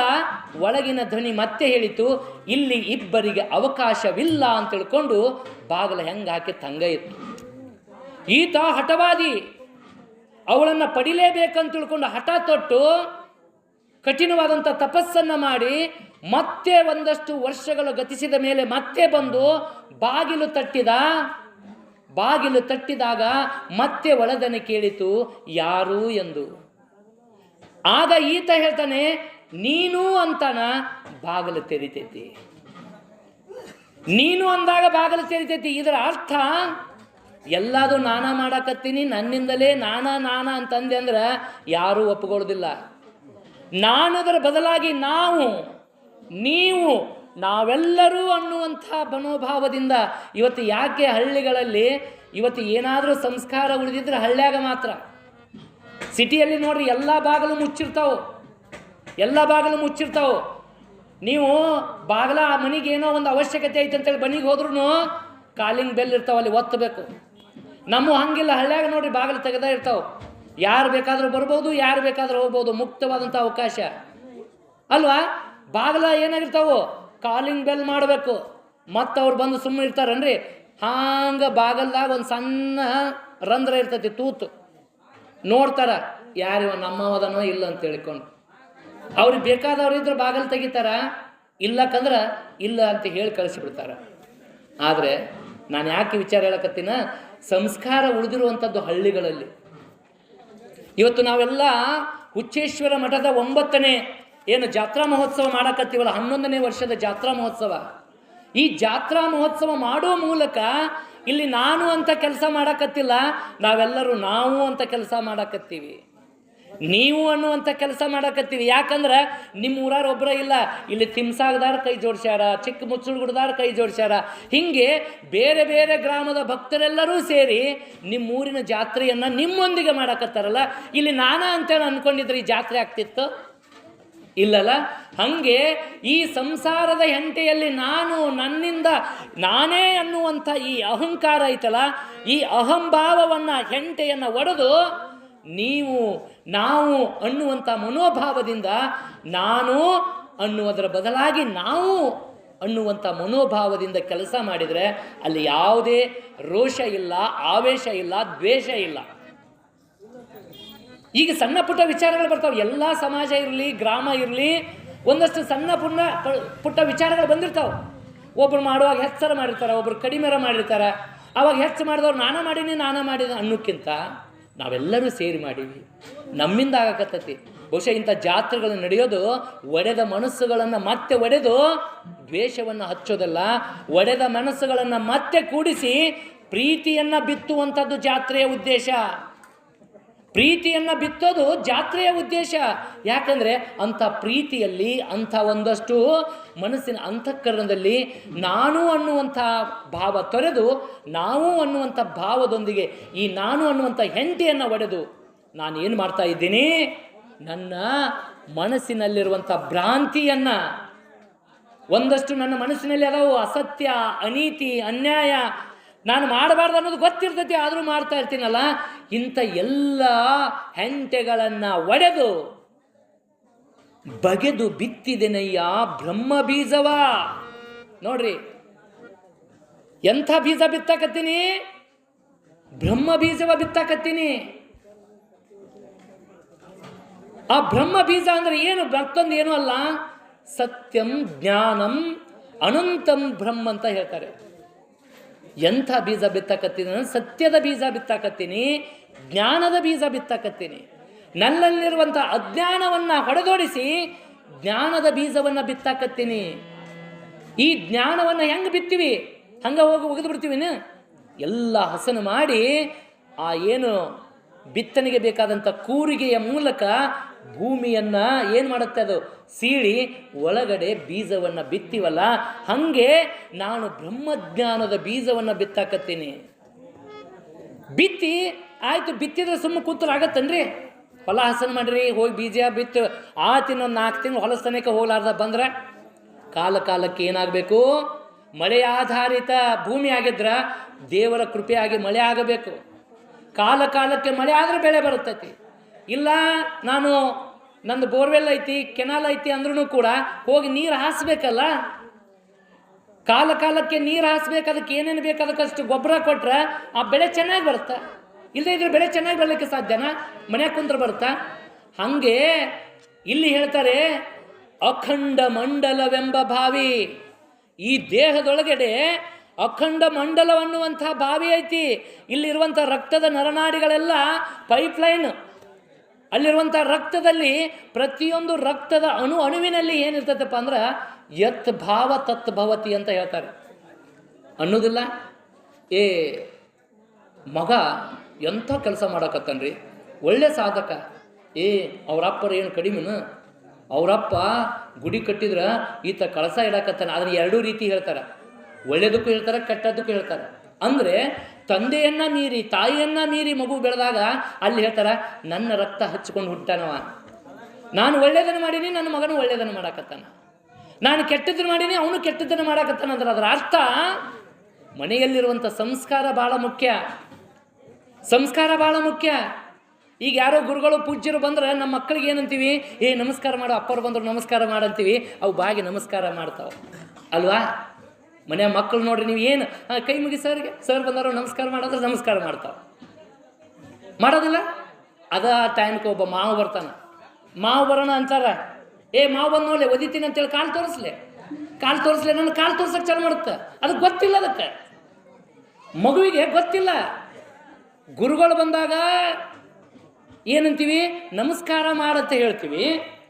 ಅಲ್ಲಿ ಮಾವು ಬಂದ ನೋಡು ಅಂತ ತಿಳ್ಕೊಂಡು ಮಾವಾಗ ಒದಿಲೆ ಕಾಲು ತೋರಿಸ್ಲೆ ನಾನು, ಅದು ಮಗು ಏನು ಮಾಡ್ತಾ? ಕಾಲು ತೋರಿಸುತ್ತಾ ನಾವು ಬಿದ್ದು ನಗುತ್ತೀವಿ. ನಗುದಿಲ್ಲ ನೋಡ್ರಿ. ಇಲ್ಲಿ 2 ಕಲಿಸ್ಕೊಡಕತ್ತೀವಿ ನಮ್ಮ ಮಗುವಿಗೆ. ಒಳ್ಳೆಯದನ್ನು ಕಲಿಸ್ಕೊಡಕತ್ತೀವಿ, ಕೆಟ್ಟದ್ದನ್ನು ಕಲಿಸ್ಕೊಡಕತ್ತೀವಿ. ಅದು ತಿಳ್ಕೊತೈತಿ. ಒಮ್ಮೊಮ್ಮೆ ಮಾತುಗಳಲ್ಲಿ ಹೆಂಗಕ್ಕವಪ್ಪ ಅಂತಂದ್ರೆ, ಹಿಂಗೆ ಪ್ರವಚನ ನಡೆದಿತ್ತು. ಒಬ್ಬ ವ್ಯಕ್ತಿ ಇಲ್ಲಿಂದ ಆಚೆ ಹೋಗ್ಬೇಕಾಗಿತ್ತು. ಆಚೆ ಹೋಗ್ಬೇಕಾದ್ರೆ ಅವನಿಗೆ ಸಂಸ್ಕಾರ ಹೆಂಗೆ ಬಂದಿತ್ತಂದ್ರೆ, ಶರಣ್ರೆ ಸ್ವಲ್ಪ ದಾರಿ ಬಿಡ್ರಿ, ನಾನು ಆ ಕಡೆ ಹೋಗ್ತೀನಿ. ಶರಣ್ರೆ ಸ್ವಲ್ಪ ದಾರಿ ಬಿಡ್ರಿ, ಆ ಕಡೆ ಹೋಗ್ತೀನಿ. ಸ್ವಲ್ಪ ಕಾಲುಗಳು ಬಿಡ್ದಾವು, ಸ್ವಲ್ಪ ಸರಿ ಅಂತ ಹೋಗ್ತಾರೆ. ಇದು ಯಾರು? ಸಂಸ್ಕಾರ ಇದ್ದವರು. ಒಂದು ವೇಳೆ ಸಂಸ್ಕಾರ ಕೊರತೆ ಆದವರು ಎದ್ದು ಹೋಗ್ಬೇಕಾಗೈತಿ. ಸರಿತೇ ಇಲ್ಲ, ಒದಗಿದ್ದೇನೆ ಸರಿ. ನೋಡ್ರಿ, 2 ಕ್ರಿಯೆ ಏನು? ಇವನು ಎದ್ದು ಆ ಕಡೆ ಹೋಗ್ಬೇಕಾಗೈತಿ, ಇವನು ಎದ್ದು ಆ ಕಡೆ ಹೋಗ್ಬೇಕಾಗೈತಿ. ಇವ ಹೆಂಗಂದ? ಸರಿ ಸ್ವಲ್ಪ ಆ ಕಡೆ ಹೋಗ್ಬೇಕಂದ, ಕಾಲ್ಗಿಲಿ ಬಡ್ದು ಗಿಡದಾವು, ಆ ಕಡೆ ಹೋಗ್ಬೇಕು. ಇವ ಹೆಂಗಂದ? ಸರಿ ಒದಗಿದ್ದೇನೆ ಸರಿ. 2 ಕ್ರಿಯೆ ಒಂದೇ, 2 ಕ್ರಿಯೆ ಒಂದೇ, ಕೆಲಸ ಒಂದೇ. ಇವ್ರು ಏನಾಗಬೇಕೈತೆ? ಆಚೆ ಕಡೆ ಹೋಗ್ಬೇಕಾಗೈತಿ. ಏನಾಯ್ತು? ಮಾತಿನಲ್ಲಿ ವ್ಯತ್ಯಾಸ. ಮಾತಿನಲ್ಲಿ ವ್ಯತ್ಯಾಸ ಆಯ್ತಲ್ಲ. ನಾನು ಒಂದು ದಯವಿಟ್ಟು ಹೇಳ್ತೀನಿ, ನಿಮ್ಮ ಮಕ್ಕಳು ಅಂದರೆ ಹೆಂಗಂದ್ರೆ 3 ವರ್ಷದ ಬುದ್ಧಿ 100 ವರ್ಷದ ಮಕ್ಕಳು. ನಮ್ಮ ಮಕ್ಕಳಿಗೆ 3 ವರ್ಷ ಇದ್ದಾಗ ಏನು ಒಳ್ಳೆ ಸಂಸ್ಕಾರ ಕೊಡ್ತೀವಲ್ಲ, ಅವ್ರ ಜೀವನ ಪರ್ಯಂತ ಮರೆಯೋದಿಲ್ಲ. ಇಲ್ಲೆಲ್ಲ ಬಂದು ಕುಂತಾರ ನೋಡ್ರಿ ವಿಭೂತಿ ಹಚ್ಕೊಂಡು, ಇವ್ರು ಎಂದೂ ಮರೆಯೋದಿಲ್ಲ. ಇವ್ರು ಎಂದೂ ಈ ಸಂಸ್ಕಾರವನ್ನು ಮರೆಯೋದಿಲ್ಲ. ನೀವು ಎಷ್ಟು ಒಳ್ಳೆಯ ವಿಚಾರಗಳನ್ನು, ಒಳ್ಳೆಯ ಏನು ಚಿಂತನೆಗಳನ್ನು ಮಕ್ಕಳಿಗೆ ಕೊಡ್ತೀರಿ, ಒಳ್ಳೆಯ ಕೆಲಸ ಕೊಡ್ತೀರಿ, ಅವ್ರು ಅಷ್ಟು ಒಳ್ಳೆಯವ್ರು ಹಾಕೋತ ಹೋಗ್ತಾರೆ. ನೀವೆಲ್ಲರ ಮಾವು ಬಂದಾಗ ಒದಿಲೆ ಕೆಟ್ಟ ಬೇಗಳ ಬಯಸೋದು ಭಾಳ ಮಾಡ್ತೀವಿ ನಾವು. ಸಹಜವಾಗಿ ಬಂದ್ಬಿಡ್ತೈತಿ. ಆದ್ರೆ ನಮಗೆ ಅರಿವಿಲ್ಲ. ನಾ ಹೇಳೋದ್ರಿಂದ ಮಗುವಿನಲ್ಲಿ ಎಂಥ ಚಿಂತನೆ ಮಾಡ್ತೈತಿ ನೋಡ್ರಿ. ಮಕ್ಕಳು ಓಣ್ಯಾಗ ಸ್ವಲ್ಪ ನೀರು ಬಿತ್ತೋ ಮೊಸರು ಬಿತ್ತೋ ಏನು ಚಿರಾಡ್ತೀವಿ, ಏನು ಹೊಡೆದಾಟಕ್ಕೆ ನಿಂದಿರ್ತೀವಿ, ಚೀರಾಡ್ತೀವಿ. ಸಣ್ಣ ಮಕ್ಕಳು ಏನು ಮಾಡ್ತಿರ್ತಾವೆ ಒಂದು ಸ್ವಲ್ಪ ಗಮನಿಸ್ರಿ. ನಾವು ಜಗಳಾಡುವಾಗ ಮಕ್ಕಳು ಅಳ್ತಾವು, ನೋಡ್ತಾವು, ಬೆರಗಣ್ಣಿಂದ ನೋಡ್ತಾವು. ಯಾಕೆ ಇವ್ರು ಜಗಳಾಡ್ತಾರ? ಯಾಕೆ ಇವರು ಇಷ್ಟು ಚೀರಾಡಕತ್ತಾರ ಅಂತೇಳಿ ಮಕ್ಕಳು ತಿಳ್ಕೊತಾವೆ. ಯಾವತ್ತಿಗೂ ಮಕ್ಕಳ ಮುಂದೆ ನಾವು ಯಾರು ಕೂಡ ಜಗಳಾಡಬಾರ್ದು, ಕೆಟ್ಟ ವಿಚಾರಗಳನ್ನು ಹೇಳಬಾರ್ದು, ಕೆಟ್ಟದ್ದನ್ನು ಅವ್ರಿಗೆ ತೋರಿಸ್ಬಾರ್ದು, ಕೆಟ್ಟದ್ದನ್ನು ಮಾತಾಡಬಾರ್ದು. ಎಷ್ಟು ನಾವು ಮಕ್ಕಳಿಗೆ ಒಳ್ಳೆಯ ಸಂಸ್ಕಾರ ಕೊಡ್ತೀವಿ ಅಷ್ಟು ಒಳ್ಳೆಯವರಾಗ್ತಾರೆ. ಇಲ್ಲದೇ ಇದ್ದರೆ ನಮ್ಮ ಮಕ್ಕಳು ಅವರಾಗಲೇ ಹಾಳಾಗಕತ್ತಿಲ್ಲ, ನಾವಾಗಲೇ ಹಾಳು ಮಾಡಕತ್ತೀವಿ. ನಮ್ಮ ಮಕ್ಕಳನ್ನ ನಾವಾಗಲೇ ಹಾಳು ಮಾಡಕತ್ತೀವಿ. ಆ ನಿಟ್ಟಿನಲ್ಲಿ ಇಲ್ಲಿ ಅಲ್ಲಮ ಪ್ರಭುಗಳು ಹೇಳ್ತಾರೆ, ಅಖಂಡ ಮಂಡಲವೆಂಬ ಭಾವಿ ಪವನವೇ ರಾಟಾಳ. ಏನು ಉಸಿರು ತಗೋತಾ ಇದ್ದೀನಲ್ಲ, ಇದೇ ಗಾಳಿ. ಈ ಗಾಳಿಯ ಮೂಲಕ, ಈ ಅಖಂಡ ಮಂಡಲದಲ್ಲಿರುವಂಥ ಈ ನರನಾಡಿಗಳ ಮೂಲಕ ಆ ಏನು ಬ್ರಹ್ಮ ಬೀಜವ ಬಿತ್ತಿನಲ್ಲ, ಅಲ್ಲಿ ಎಂಥದ್ದು ಒಳ್ಳೆಯ ವಿಚಾರಗಳು, ಒಳ್ಳೆಯ ಆಚಾರಗಳು ಅದರಲ್ಲಿ ಹರಿತಾ ಆ ಬ್ರಹ್ಮ ಬೀಜವನ್ನು ಬೆಳೆಸ್ತಾ ಇದ್ದಾವೆ. ಸುಸುಮ್ನ ನಾಳದಿಂದ ಉದಕವತಿದ್ದಿ. ಏನು ಉಸಿರಾಟ ಕ್ರಿಯೆ ಮಾಡ್ತಾ ಇದ್ದೀವಲ್ಲ, ಈ ಸುಸುಮ್ನ ನಾಳಗಳಿಂದ ಈ ಮನಸ್ಸು ಒಂದಷ್ಟು ಚಂಚಲ ಮಂಗ್ಯ ಇದ್ದಂಗೆ. ಒಂದು ಕ್ಷಣ ಒಂದು ಕಡೆ ಒಂಥರ ಇರ್ತೈತಿ, ಇನ್ನೊಂದು ಕ್ಷಣ ಮತ್ತೊಂದು ಥರ ಆಗತ್ತೆ.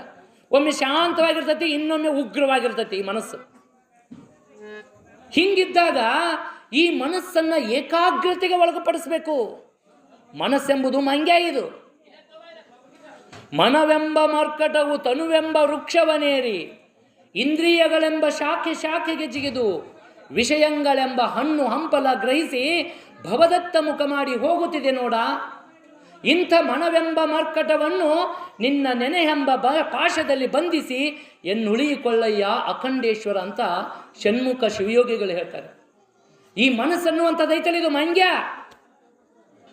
ಈ ಚಂಚಲವಾದಂಥ ಮನಸ್ಸನ್ನು ಹತೋಟಿಯಲ್ಲಿಟ್ಟುಕೊಂಡು ನಾನು ಏನು ಮಾಡ್ತಾ ಇದ್ದೀನಿ, ಬಸವಗಳೈವರು ಹಸಗೆಡಿಸಿಹರೆಂದು.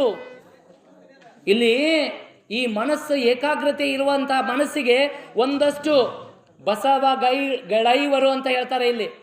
ಅಂದರೆ ಶಬ್ದ, ಸ್ಪರ್ಶ, ರೂಪ, ರಸ, ಗಂಧ, ಈ 5 ಬಾಹ್ಯ ವಸ್ತುಗಳು ಏನದಾವಲ್ಲ, ಈ ಇಂದ್ರಿಯಗಳದಾವಲ್ಲ, ಇವು ಏನು ಮಾಡ್ತಾವಪ್ಪ ಅಂತಂದ್ರೆ ನಮ್ಮ ಮನಸ್ಸನ್ನು ಕೆಡಿಸ್ತಾವು.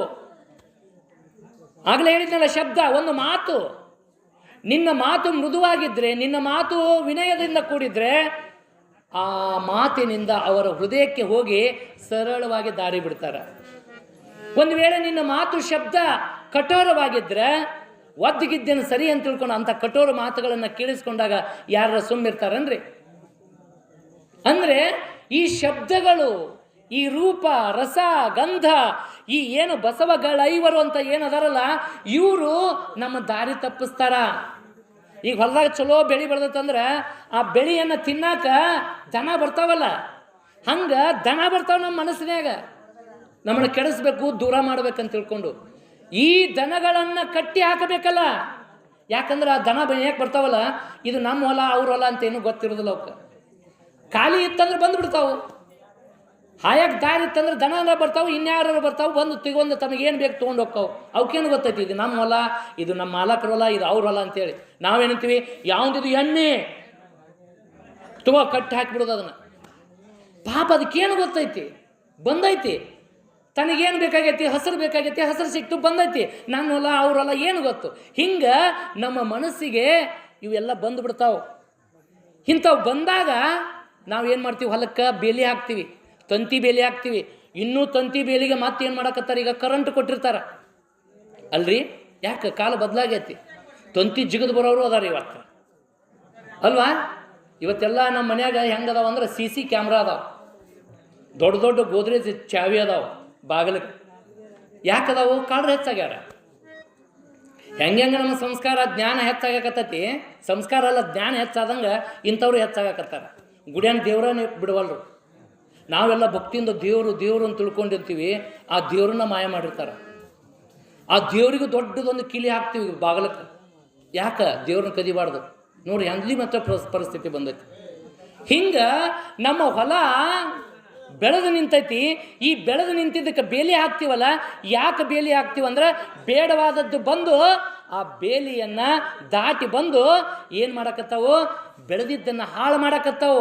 ಏನೋ ಒಳ್ಳೆ ಸಂಸ್ಕಾರಗಳನ್ನು ಬಿತ್ತ್ಯಾರ, ನನ್ನ ಮನಸ್ಸಿನಾಗ ಅದಾವ ಅಂತ ತಿಳ್ಕೊಂಡು ವಿಚಾರ ಮಾಡಿರ್ತೀವಿ. ಯಾರೋ ಬಂದು ನಮಗೇನು ಮಾಡಕತ್ತಾರ? ಇಂಥ ಬಸವಗಳ ಐವರು ಅಂದಾಗ ಇವು ಏನು ಅದಾವಲ್ಲ, ಇವು ನಮ್ಮ ದನದಂಗ ಬಂದು ಮತ್ತೆ ನಮ್ಮನ್ನ ಚಂಚಲ ಮಾಡ್ತಾವಲ್ಲ. ಮನಸ್ಸು ಚಂಚಲ ಮಾಡ್ಕೋಬೇಡ, ಏಕಾಗ್ರತೆಯಿಂದಿರು. ಹೆಂಗ ಸಮತೆ ಸೈರಣೆ ಎಂಬ ಬೇಲಿಯ ನಿಕ್ಕು. ಏನೋ ಕೆಟ್ಟದಾಗ ಕೇಳಿದ್ಯಾ ನಿನ್ನ ಬಗ್ಗೆ? ಕೇಳು ಕೇಳು ಕೇಳದಂಗೆ ಇದ್ಬಿಡು, ಸಮಾಧಾನಿಯಾಗು. ಏನೋ ನೋಡಿಯಾ, ನೋಡಿದ ಮೇಲೆ ಒಂದಿಷ್ಟು ತಾಪ ಮಾಡ್ಕೋಬೇಡ. ಆಗಿದ್ದಾಗಿ ಹೊತ್ತು ಆಯ್ತು ಬಿಡು, ಆಯ್ತು ಬಿಡು, ಆಯ್ತು ಬಿಡು. ಮಾಡಕತ್ತೀಯ, ಮಾಡು ಮಾಡು ಮಾಡ್ದಂಗಿರು. ಮನಸ್ಸನ್ನು ತಾಪ ಮಾಡ್ಕೊಳ್ಬೇಡ, ಸಮಾಧಾನಿಯಾಗು. ಅದಕ್ಕೆ ಈ ತನುವೆಂಬ ದೇಹದಲ್ಲಿ ನಾನು ಏನು ಇಷ್ಟೊತ್ತನ ಬಿತ್ತಿ ಬೆಳೆದಿನಲ್ಲ, ಇದಕ್ಕೆ ಎಂಥ ಬೇಲಿ ಹಚ್ಚಿನಂದರೆ ಸಮತೆ ಸೈರಣೆ ಎಂಬ ಬೇಲಿ ಹಾಕಿನಿ. ಸೈರಣೆ ಅಂದರೆ ಸಹಿಸ್ಕೊಳ್ಳುವಂಥದ್ದು, ಸಮಾಧಾನವಾಗಿರುವಂಥದ್ದು. ಇಂಥ ಬೇಲಿಯನ್ನು ಹಚ್ಚಿನಿ. ಬೇಲಿಯನ್ನು ಹಚ್ಚಿ ಆವಾಗಲೂ ಈ ತೋಂಟದಲ್ಲಿ ಜಾಗರವಿದ್ದು. ನೋಡಿ, ಇಲ್ಲಿ ಭಾಳ ಎಚ್ಚರ ಇರಬೇಕು. ನಾನು ಬೇಲಿ ಹಚ್ಚಿನಿ ಅಂತೇಳಿ ಮನ್ಯಾಗ ಕುಂದ್ರೋದಲ್ಲ. ಮತ್ತೆ ಮತ್ತೆ ಹೋಗಿ ತೋಟದಲ್ಲಿ ಏನು ಬೆಳೆ ಬೆಳೆದೈತಿ, ಏನೇನು ಕಸ ಐತಿ, ಮತ್ತೇನಾರ ಕಸ ಹಾಕಿರ್ತೈತೆ ಅದನ್ನು ಕಿತ್ತೊಗೆದ, ಹಸನು ಮಾಡೋದ. ಹಿಂಗೆ ಮಾಡಿ ಕಣ್ರೆಪ್ಪೆಯನ್ನು ಬಡಿದಂತೆ ಅದನ್ನು ನೋಡಿಕೊಂಡಾಗ ಮಾತ್ರ ಉತ್ತಮವಾದಂಥ ಇಳುವರಿ ಬರ್ತೈತಲ್ಲ. ಹಾಗೆ ಅಲ್ಲಮ್ಮ ಪ್ರಭುಗಳು ಹೇಳ್ತಾರೆ, ಆವಾಗಲೂ ಈ ತೋಂಟದಲ್ಲಿ ಜಾಗರವಿದ್ದು. ಜಾಗರ ಅಂದರೆ ಜಾಗೃತಿ. ಇಂಥ ಮನಸ್ಸನ್ನು ಕೆಡಿಸುವಂಥ ವಿಚಾರಗಳು ಬಂದಾಗ ನಾವೇನು ಮಾಡಬೇಕು?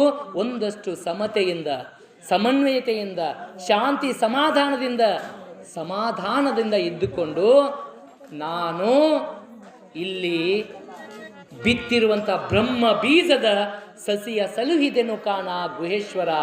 ಬ್ರಹ್ಮ ಬೀಜವ ಬಿತ್ತಿದ ಸಸಿಯನ್ನು ಸಲುಹಿದೆನು ಕಾಣ ಗುಹೇಶ್ವರ ಅನ್ನುವಂಥ ಎಷ್ಟು ಅರ್ಥಗರ್ಭಿತವಾಗಿ ನಾವೆಲ್ಲ ಪ್ರಾಪಂಚಿಕವಾಗಿ ಹೊಲ ಮಾಡೀವಿ, ತೋಟ ಮಾಡೀವಲ್ಲ. ಈ ಹೊಲ ತೋಟ ಅಲ್ಲಿ ಮಾಡಿದರೆ ಪ್ರತಿಯೊಬ್ಬರು ನಾವು ಎಲ್ಲ ಎಂಥ ತೋಟ ಮಾಡ್ಕೋಬೇಕಾಗೈತಿ? ನಮ್ಮ ತನುವೆಂಬ ತೋಂಟದಲ್ಲಿ ಮನವ ಗುದ್ದಲಿ ಮಾಡಿ ಅಗೆದು ಕಳೆದನಯ್ಯ ಭ್ರಾಂತಿಯ ಬೇರ, ಒಡೆದು ಕಳೆದನೆ ಸಂಸಾರದ ಹೆಂಟೆಯ, ಬಗೆದು ಬಿತ್ತಿದೆನಯ್ಯ ಬ್ರಹ್ಮ ಬೀಜವ. ಅಖಂಡ ಮಂಡಲವೆಂಬ ಭಾವಿ ಪವನವೇ ರಾಟಾಳ, ಸುಸುಮ್ನ ನಾಳದಿಂದ ಉದಕವ ತಿದ್ದಿ ಬಸವಗಳೈವರು ಹಸಗೆಡಿಸಿಹರೆಂದು ಸಮತೆ ಸೈರಣೆ ಎಂಬ ಬೇಲಿಯ ನಿಕ್ಕಿ. ಆವಾಗಲೂ ಈ ಮನವೆಂಬ ತನುವೆಂಬ ತೋಟದಲ್ಲಿ ಜಾಗರವಿದ್ದು ಸಸಿಯ ಸಲುಹಿದೆನು ಕಾಣ ಗುಹೇಶ್ವರ ಅನ್ನುವಂಥ ವಿಚಾರದಲ್ಲಿ ನಾವೆಲ್ಲರೂ ಕೂಡ ನಮ್ಮ ಈ ಮನಸ್ಸಿನೆಂಬ ಈ ದೇಹವೆಂಬ ತೋಟದಲ್ಲಿ ಇಂಥ ಬೆಳೆಯನ್ನು ಬೆಳೆಯೋಣ. ಅಂಥ ಬೆಳೆಯಿಂದ ಈ ಸಮಾಜಕ್ಕೆ, ಈ ದೇಶಕ್ಕೆ ಒಳ್ಳೆಯದಾಗತ್ತೆ ಹೊರತಾಗಿ ಕೆಟ್ಟದ್ದಾಗೋದಿಲ್ಲ. ಅದಕ್ಕೆ ಯಾವತ್ತಿಗೂ ಕೂಡ ನಾವೆಲ್ಲರೂ ಕೂಡ ಬುದ್ಧನ 3 ಮಾತು, ಅಲ್ಲಮನ ಈ ಒಂದು ವಚನ ಯಾವತ್ತಿಗೂ ನಮ್ಮ ಮನಸ್ಸಿನಲ್ಲಿ ಪಚನ ಆತಪ್ಪ ಅಂದ್ರೆ ಬಹುಶಃ ಈ ರಾಗದ್ವೇಷಗಳು, ಈ ನಾನು ನೀನು ಅನ್ನುವಂಥ ಭೇದ ಭಾವ, ಈ ಜಾತಿಯ ತಲ್ಲನ ಇವ್ಯಾವೂ ಬರೋದಿಲ್ಲ. ನಾವೆಲ್ಲರೂ ಕೂಡ ಮನುಷ್ಯರು. ನಾವೇ ಸೃಷ್ಟಿ ಮಾಡ್ಕೊಂಡಿವಿ ಎಲ್ಲ ಜಾತಿ ವ್ಯವಸ್ಥೆ. ಎಲ್ಲ ಒಂದೇ, ಎಲ್ಲನೂ ಒಂದೇ, ಈಶ್ವರನೂ ಒಂದೇ, ಯೇಸುನೂ ಒಂದೇ, ಎಲ್ಲರೂ ಒಂದೇ.